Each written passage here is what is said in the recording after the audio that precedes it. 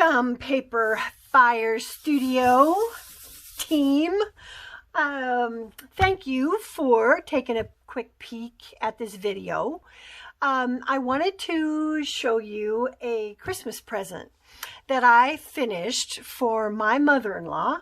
It was presented to her this year, I guess that would be last year at Christmas. And I wanted to go through it because I wanted to spur some ideas for you. This was a project that I needed to start about a month ago, so I would make sure I would have enough time to complete it, and that'll make sense when I show you what it is. So this was presented to my mother-in-law at Christmas. Now, let me show you. This is the pouch, and it's made out of a vintage pillowcase that it does have some embroidery underneath it, but I decided to put the doily over the top just to help me create more of a focal point for this. And I've used her picture with a little piece of bling around it, a little collage there for her. You can kind of see there. Now, I also used a cabinet card, and I actually debated on putting her picture in that collage card with her name down the side, but I know her. And pictures are not her deal. She doesn't like pictures of herself. So I decided to keep the picture small and highlight something else.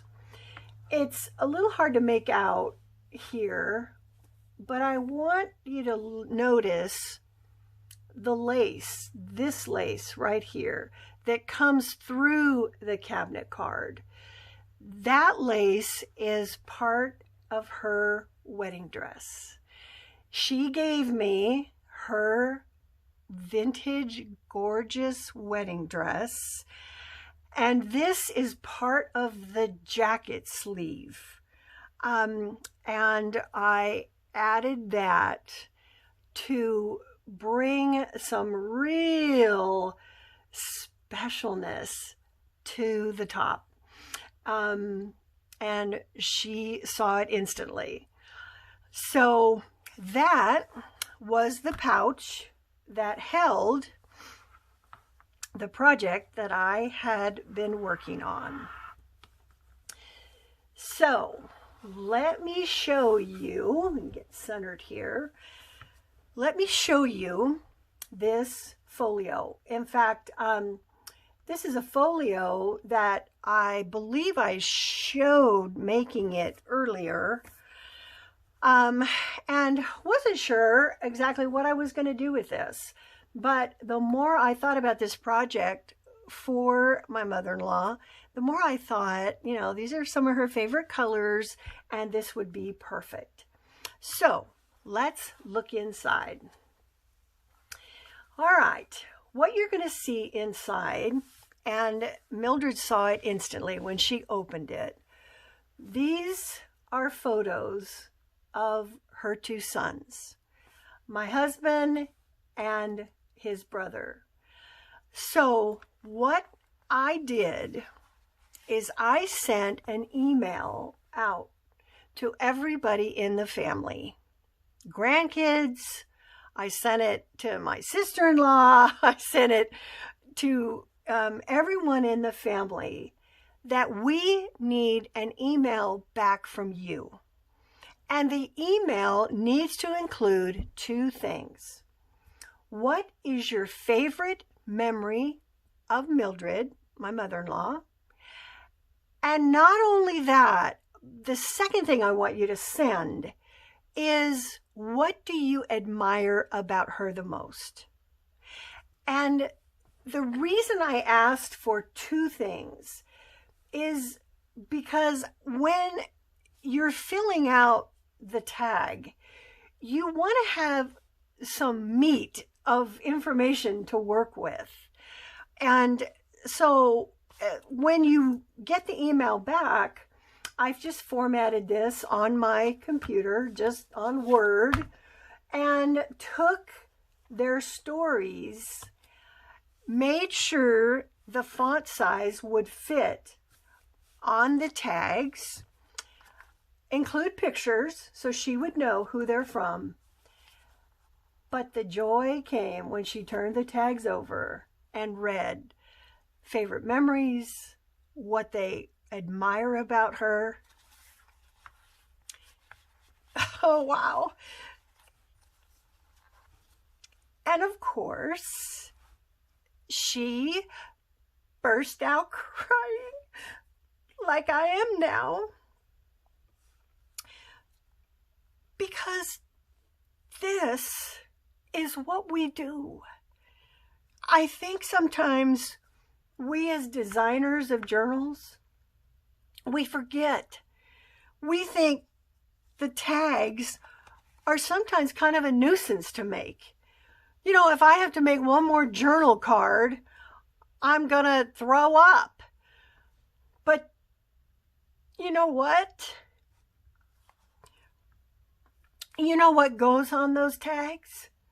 You know what's written on journal cards? It matters. This is their life in this book. As you can see, it opens up. Oh, we'll start on this side. The grandkids, they have stories to tell about their Nana. They get to tell it on a simple card. And then there's pictures of words that describe her as feisty. Here is her and her husband-to-be. They weren't married yet. And he got to write on the back of that card to his wife. Here, inside this envelope, was another of the grandkids got to tell their story about their grandma. And then, as you move here, I left a place with pages, and I'm going to show you those in a minute. But here are more pictures and more stories. You know, some of them are just little memory cards. Here's our little stories that we got to tell about Mildred. And I left some empty tags too, in case there's additional memories. Maybe a friend wants to add something to the folio as well. Here is her daughter-in-law getting to tell her story with a picture. So everybody that wrote had a picture in here, so she'd know who it was from. But it can't include all the pictures. And so she's always told me that she doesn't like her handwriting.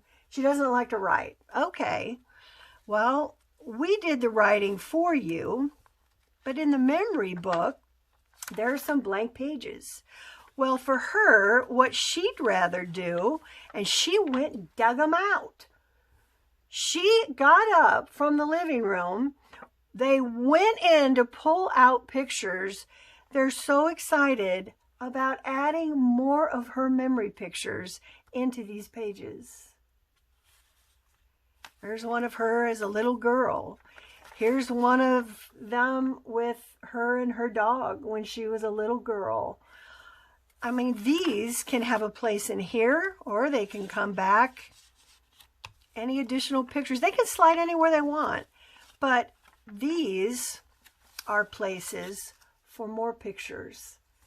And they can just glue them into the pages that they want. So this just ties here to keep this from flapping. So I embossed her name down here at the bottom. But I I wanted to come on in a separate video and show this project. I didn't want anything with it because the whole idea of this is something that any of us can do with any of our family members. Send out an email, get the stories back, put them in your computer, print them out, put them on tags, gather up pictures, and what you have created for someone, it's priceless. It's absolutely priceless. I added at the back a little poem about mothers, and I put Mildred's name on it, and I just slid it into the back pocket there as kind of a final note to her. And it folds up and it'll slide back in that pocket. I got a call from Mildred, I don't know, 2 or 3 days after Christmas. And she told me this is one of the best Christmas presents she has received in a long, long time.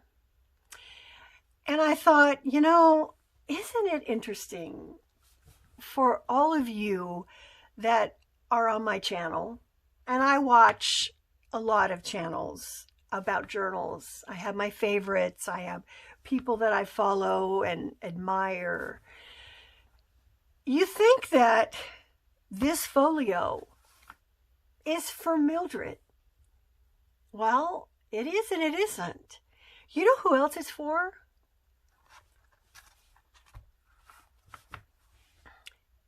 It's for me. It's for me to remind myself what we do matters. What we do isn't about flips and tucks and flaps. It's not. We get overwhelmed. We get uninspired. You know, last year was a perfect excuse for us to be uninspired. But what Mildred taught me, these matter. She won't give this up for anything. To have the words of her family in a little book for her, it was priceless to watch. And it again reminded me, I can't wait to do the next one, because I won't know whose hands it goes in next. Who's going to be able to tell their story and interview their family in my next journal that I put out in the world? Because what we do matters. Oh, I'm sorry. But it really hit me this year about what I want to do and how I want to spend my time. I love paper. I love all things vintage. But what I really love, that I create vessels for words